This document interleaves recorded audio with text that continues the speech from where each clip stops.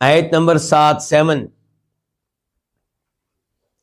وَاذْكُرُوا، اور یاد کرو، یاد رکھو، یاد کرو نعمت اللہ علیکم، اللہ کے اس احسان کو، علیکم جو تمہارے اوپر ہے، اللہ کے احسان کو یاد کرو تمہارے اوپر ہے۔ اس سے مراد یہاں پہ کیا؟ دین اسلام پورا، اللہ نے آپ کو دین اسلام قبول کرنے کی توفیق دی ہے، دین اسلام جیسا عظیم دین آپ کو دیا ہے۔ فرمایا یاد کرو، یاد رکھو نعمت اللہ علیکم، اللہ تعالیٰ کے انعام کو جو تمہارے اوپر ہے، اللہ کی نعمت کو تمہارے اوپر ہے۔ وَمِیثَاقَہُ، اور اس کے پختہ عہد کو، الَّذِی وَاثَقَکُم بِہ، جس کے ساتھ اس نے تم سے معاہدہ کیا ہے۔ یاد کرو اللہ تعالیٰ کی نعمت کو، اور نمبر 2 کس کو؟ اس کے پختہ عہد کو۔ الذی واثقکم بہ، الذی اور بہ کا معنی ایک ہوگا، الذی اور بہ کا، اللہ کا اس پختہ عہد، اللہ کا وہ پختہ عہد جس کے ساتھ واثقہ، اس نے معاہدہ کیا تم سے۔ اچھا اس سے کیا مراد ہے؟ اس سے ایک مراد تو یہ ہو سکتا ہے کہ نبی علیہ الصلوۃ والسلام جب کسی سے بیعت لیتے تھے تو اس سے ایک معاہدہ کرتے تھے، کیا؟ کہ تم شرک نہیں کرو گے، تم زنا نہیں کرو گے، تم چوری نہیں کرو گے، تم بدکاری نہیں کرو گے۔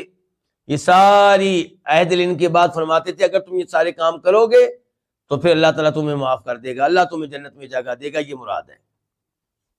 تو اس معاہدے سے مراد یہ معاہدہ ہو سکتا ہے۔ اور دوسرا یہ کہ جب ہم کہتے ہیں اشہد ان لا الہ الا اللہ واشہد ان محمد عبدہ ورسولہ، کہ میں شہادت دیتا ہوں، میں اعلان کرتا ہوں، میں اقرار کرتا ہوں، میں اعتراف کرتا ہوں کہ اللہ کے علاوہ کوئی عبادت کے لائق نہیں ہے، اور میں یہ بھی اقرار کرتا ہوں کہ محمد اللہ کے بندے اور اللہ کے رسول ہیں علیہ الصلوۃ والسلام۔ تو یہ معاہدہ ہو گیا ہمارے درمیان، اللہ کے درمیان، کہ اللہ کی توحید پہ رہیں گے، شرک سے دور رہیں گے، اور نبی علیہ السلام کو رسول مانیں گے، آپ بطور رسول آپ کا ایک ایک آرڈر ہم تسلیم کریں گے۔ تو اس معاہدے سے مراد یہ بھی ہو سکتا ہے، سارے یہ معاہدے اس میں داخل ہیں۔ فرمایا یاد کرو اللہ کی نعمت کو جو تمہارے اوپر ہے، اور اس پختہ عہد کو جس کے ساتھ اس نے تم سے معاہدہ کیا ہے۔ اذ قلتم، جب تم نے کہا، اذ قلتم جب تم نے کہا کہ سمعنا، ہم نے سن لیا، واطعنا اور ہم نے مان لیا۔